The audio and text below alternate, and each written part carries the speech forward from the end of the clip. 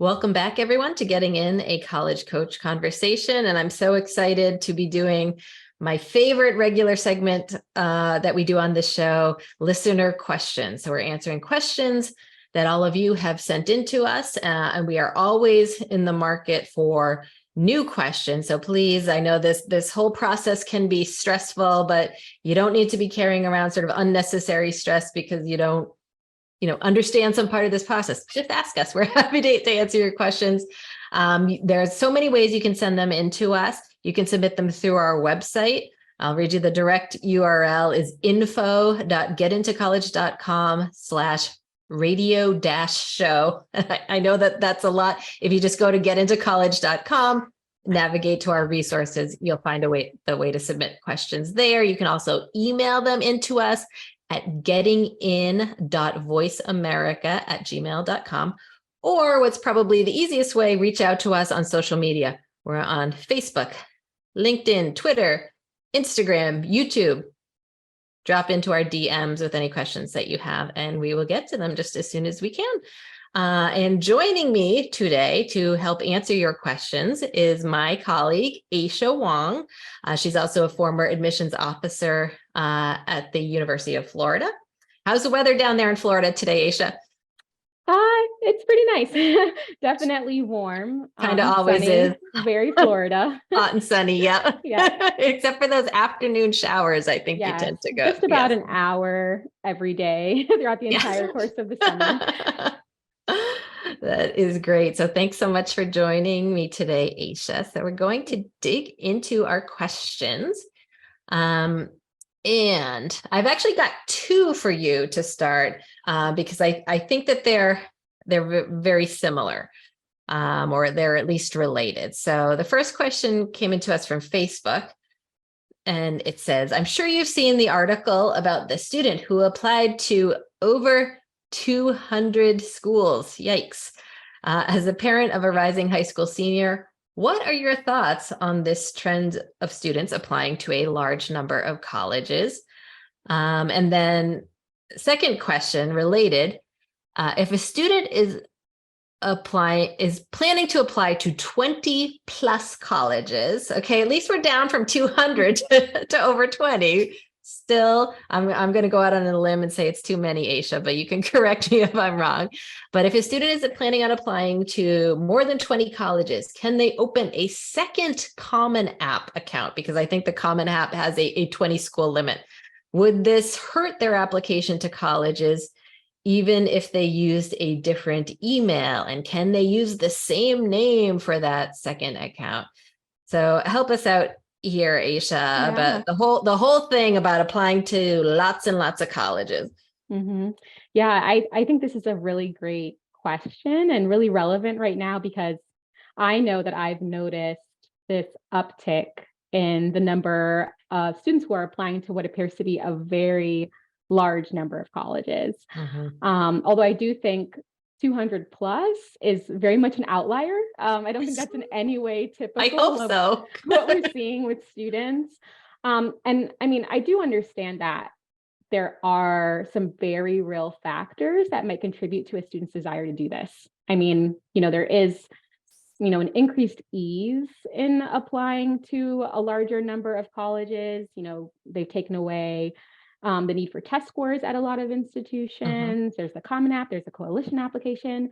And then also there's this unpredictability that exists that can kind of make students feel like they need to hedge their bets in some way in this process. So I get it. I get that there can feel like there's this push. But I do think that students should really create some really firm and realistic limits around the number of colleges that they apply to. And I think that there's two primary things that a student should consider when they're kind of making this decision about whether or not to apply to a very large number of colleges or to limit themselves to a certain amount. And I think the first is their bandwidth. So in other words, how much time and energy and resources do you have as a student to actually put towards, pushing forth the highest quality application that you can to each and every single school that's on your list? And I often see when a student applies to, 20 plus institutions, which to me is still a lot, Mhm. they find themselves having to make sacrifices somewhere in the process. It might be a Yes. sacrifice to their academic performance Yeah. in school. It might be a sacrifice in their involvement, their leadership, their social activities and social interactions, or even more realistically, a sacrifice to the quality of the applications that they're actually submitting Yes. to institutions. And to me, in an ideal world, there would be zero sacrifice involved in this process, and students would really be putting forth their best self each and every single time that they apply somewhere. So that's the Yeah. first thing I'd want the student to consider is, what do you really have the means to accomplish during this very limited time period during an already very busy time of year for you as a senior? Yes. Um, the second thing would be the outcome.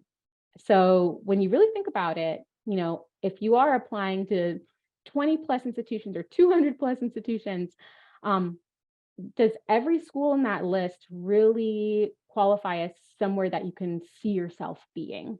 If you're going to Mhm. spend this time and this energy completing these applications and working through this entire process for an institution, hopefully it is somewhere that you feel an attachment to, somewhere that you have some understanding of like the opportunities and the experience and what you might take away from your time at this institution. And so, I like to think about the outcome and whether or not it really is a benefit to be admitted to so many institutions, especially if you have no real intention of Mhm. potentially enrolling at any of them. Um, so that's the other thing I want a student to kind of think about. And I think, you know, as a student, you really want to make the most of your time and focus on the quality over the quantity when it comes to that college list. That So makes yeah, so much sense. 20 feels like a lot. I like a student to stay below 15 if I can get them to stay below 15 because I feel like that's really a reasonable number. And Yes. usually that means that every school on their list is somewhere that they've, really dug into and have a clear understanding about whether or not this is a place that they could Right. actually be or want to be. Right. Which is so important, not only to, making the final decision, Mhm. but in those supplemental essays, if the Yeah. colleges they're applying to have them, right? Because you often need to explain why you're a good fit for this school or what you like about this school. Yeah. And if you're applying to 20 or 30 schools, you're so right about that limited time and energy that you have. You won't be able to do a good job of that. Right. Exactly. Yeah. Exactly. Yeah. And I think to answer the second part of the question, how if a student does have 20 plus institutions that hopefully they feel a really genuine connection to, I think that's fine. If you do ultimately, find 20 plus schools and you do all your research and you're like, I really feel attached to this set of schools, that's fine. But so I don't think that they should approach the process by having two common application accounts and maybe mixing up their emails and their names. I think that can create some issues on the back end of the process, in particular for the school counselor and the colleges who are working to process students' materials. Yes. There's a lot of moving pieces and a lot to think about and collect and do and match. And you just want to avoid the potential for any, mix-ups or challenges related to Yes. them processing your material. So I would say that's not the right approach. I would say instead, figure out which schools on that list accept maybe the coalition application or Mhm. still have their own institutional application that they utilize maybe in tandem with the common application, and then apply to those schools using those other alternative applications and the common app for the rest that don't offer that opportunity. That's a really good point. That makes a lot more sense. Or just keep your life easier and apply to less than 20 Yes, schools. that too. Listen to Aisha. That's a good choice too. 100%. Yes. Oh, and I'll also just throw in from the financial perspective, it gets real expensive to apply to a lot of schools. With that, most of them will have substantial application fees. And Yes. again, to your point, Aisha, if you're not going to end up there in the end, don't waste the time, don't waste the money. Yep. Exactly right. Yeah. Perfect. Do you have a question for me? Yes, I do. Um, so Titus asked us a question via YouTube. And they ask, if I'm 20 years old and live on my own, can I apply for financial aid without my parents? So the answer is probably not, Titus. Their federal government has very specific qualifications for what makes you independent for financial aid purposes. And that's essentially, Titus, what you're asking for. Can I be independent for financial aid purposes and apply for financial aid just on my own without my parents' information? In order to automatically qualify as an independent student, there's sort of a list of qualifications, one of which is being 24 years old. Sounds like you're not quite there yet, Titus. Also, being in graduate school,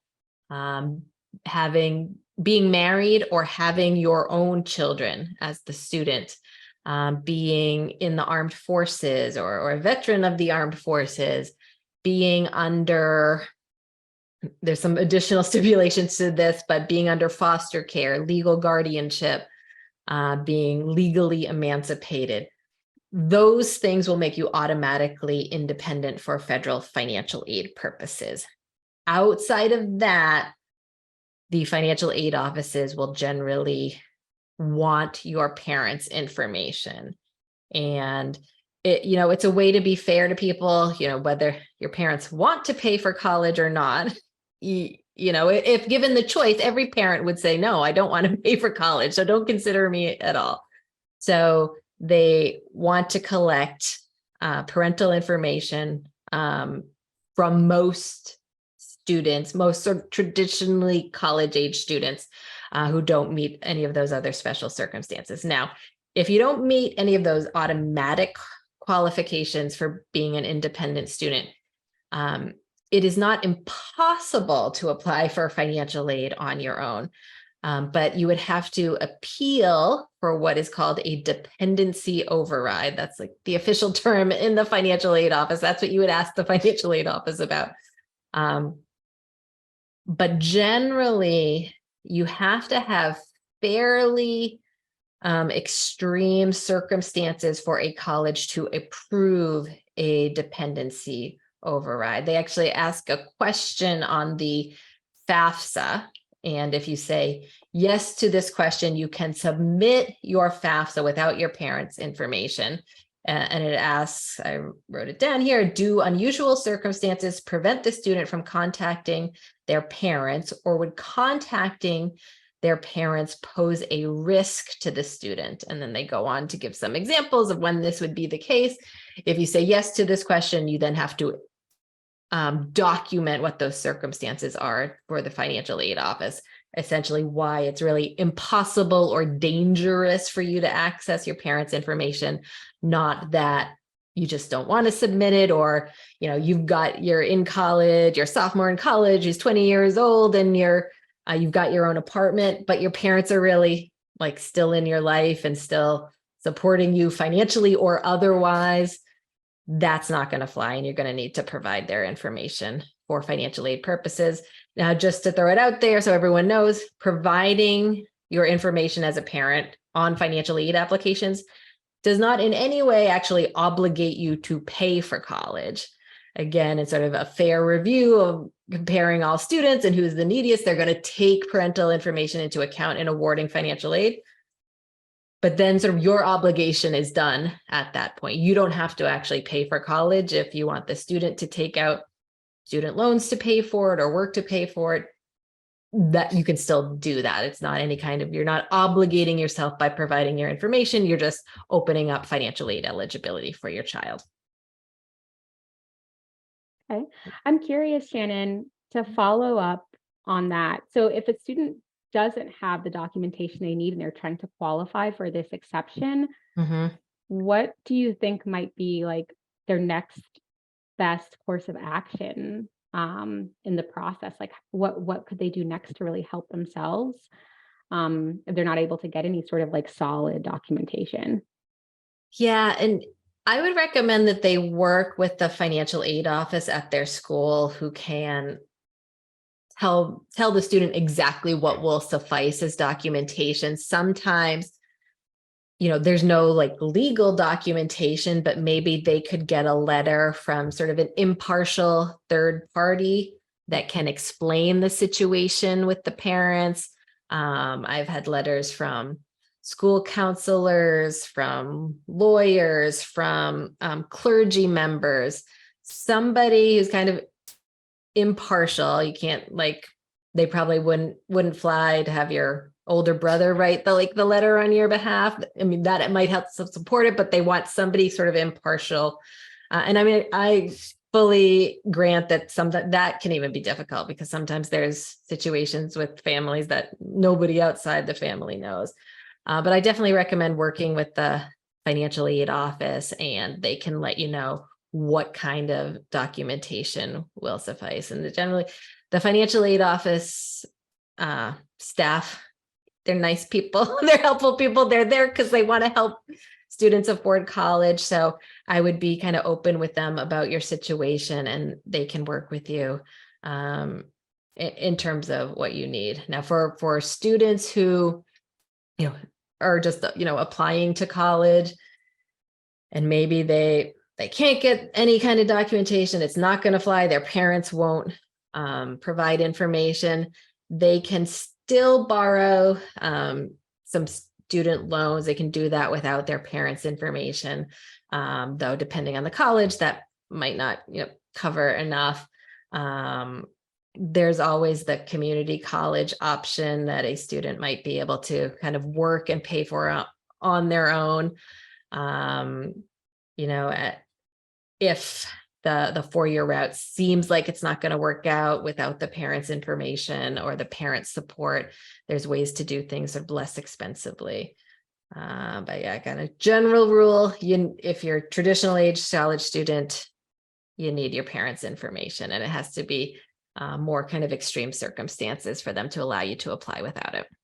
Yeah, that makes a lot of sense. And I'm glad that they have the financial aid officers at the schools as a resource. I think that's something that they should definitely lean into. And like you said, they're really there to help. They're really there to guide Totally. students as best as they can and kind of get them into these schools For in the best sure. possible way. So it makes a lot For of sense. sure. And I think that's good advice, sort of no matter your circumstance, even if it's not like unusual, just kind of regular questions that you have, like your Right. admissions officers and your financial aid officers are there to help. And that's generally, I think I could speak sort of across the board for most of them, like that's why they got into this kind of profession. They love working with college students. And I know that sometimes, again, even like non-extreme circumstances, just simple questions, sometimes students or parents sometimes are just shy about asking or worrying if it will be held against them in some way.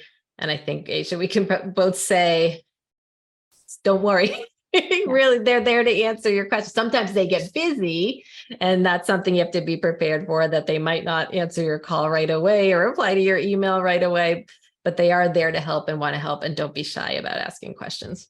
Absolutely. Awesome. Yeah. So the next question for you, Aysha, is how much, if any, does the relationship between a high school guidance counselor and a college admissions team affect students getting into certain schools? Do colleges not accept students from certain high schools intentionally for whatever reason? Ooh, conspiracy. Are there conspiracies out there, Aysha? No, there are not. Just to answer directly. But I think it's important to kind of first understand what that relationship between the counselor and that admissions team really looks like. I mean, college admissions counselors are kind of tasked with gaining a really clear understanding of the schools that their students are applying from, in order to kind of better serve those students in the review process. And so the relationship between the school counselor and the admissions counselor serves to give them that context and that information they need to have a more equitable and fair review and decision-making process from that admissions perspective. So often it isn't any sort of relationship where it becomes something where you feel like, a personal or a negative feeling. Mhm. And so it does kind of matter that that school counselor, be really engaged and forthcoming with the admissions counselor about their school and their students, so that that admissions counselor can, like I said, have the best, most well-informed review process. Mhm. So that is important. And, I would, have students definitely engage with their school counselor and gain an understanding of, our admissions counselors coming to my school to visit? Can I meet up with them? Do they have a copy of our school profile? What is their understanding of our school? And having that clarity on how that relationship looks and how that process works.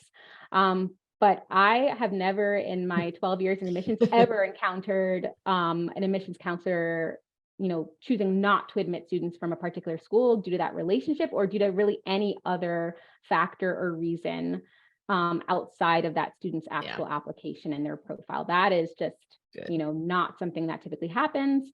Admissions counselors are just trying to do their best to have a fair and equitable admissions review process.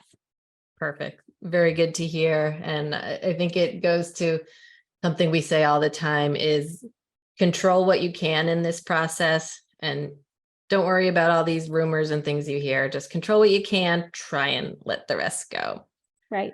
And that is all the time we have for today, Aysha. I wanted to hear you talk more, but we've totally run out of time. So thank you so much for joining me today, Aysha. This was super fun. Yes, definitely. Good. I hope you'll come back one of these days. And thank you, listeners, for joining us today. If you did enjoy this episode, please leave us a review on Apple Podcasts or wherever you get your podcasts. It helps other students and parents out there find us. And do stay tuned for our episode next week. It sounds very exciting to me. We have sort of an Ivy League cage match going on. It's what it sounds like to me. We've got representatives from Princeton and Dartmouth joining us to talk about their respective schools and which is better. Oh, this could be very interesting. I think they'll be nice to each other, but you'll have to tune in to find out. And we'll also be talking about 529 college savings plans, because it is almost 529 day on May 29th. Wink, wink, nudge, nudge, 529. We're going to talk about how to spend your 529 plan effectively to pay for college. So please do tune in next week and join us every Thursday at 4 p.m. Eastern, 1 p.m. Pacific.